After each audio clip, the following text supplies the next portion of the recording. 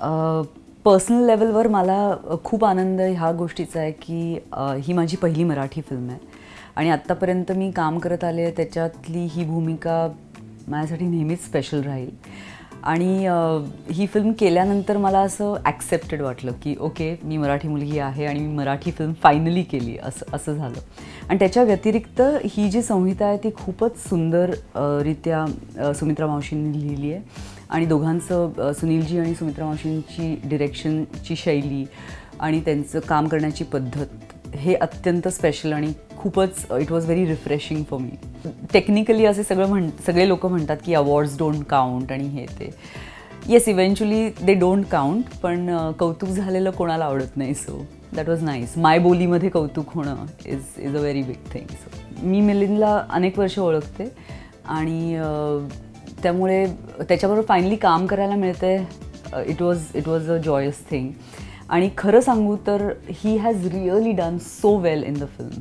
In fact मी मावशींना सारखं म्हणते की तुम्ही ज्या पद्धतीचा माधव लिहिलेला आहे फिल्ममध्ये, त्याच्यामुळे तुम्ही प्रत्येक बाईचं आपल्या नवऱ्याकडच्या अपेक्षांबद्दल यू हॅव रेज द बा, असा माधव आपल्याला मिळाला पाहिजे असं सगळ्यांनाच वाटणार आहे. कारण का फिल्म अस्तूमध्ये तो जो इराचा असा तो he is the rock in her life आणि तो सारखं तिला सपोर्ट करत असतो आणि एकदम शांत. He is a Kameng influence in her life.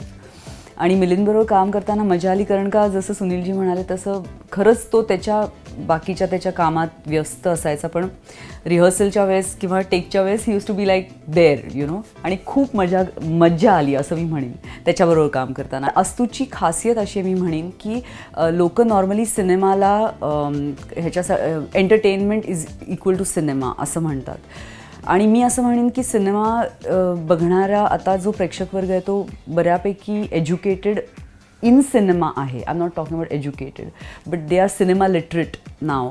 आणि मला असं वाटतं की ते अत्यंत तयार आहेत अशा फिल्म्स बघण्यासाठी ज्या ते काहीतरी त्याच्यातनं अनुभव घेऊन घरी जाऊ शकतात, त्याच्याबद्दल विचार करू शकतात किंवा त्याचा काहीतरी इम्पॅक्ट त्यांच्या आयुष्यावर होऊ शकतो.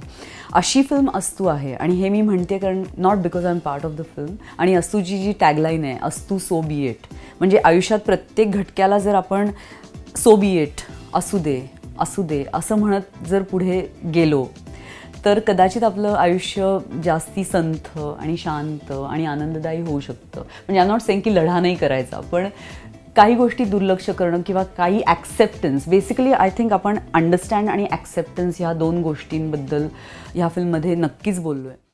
हाय, मी Pooja Sawant. Please subscribe to Rajshri Marathi.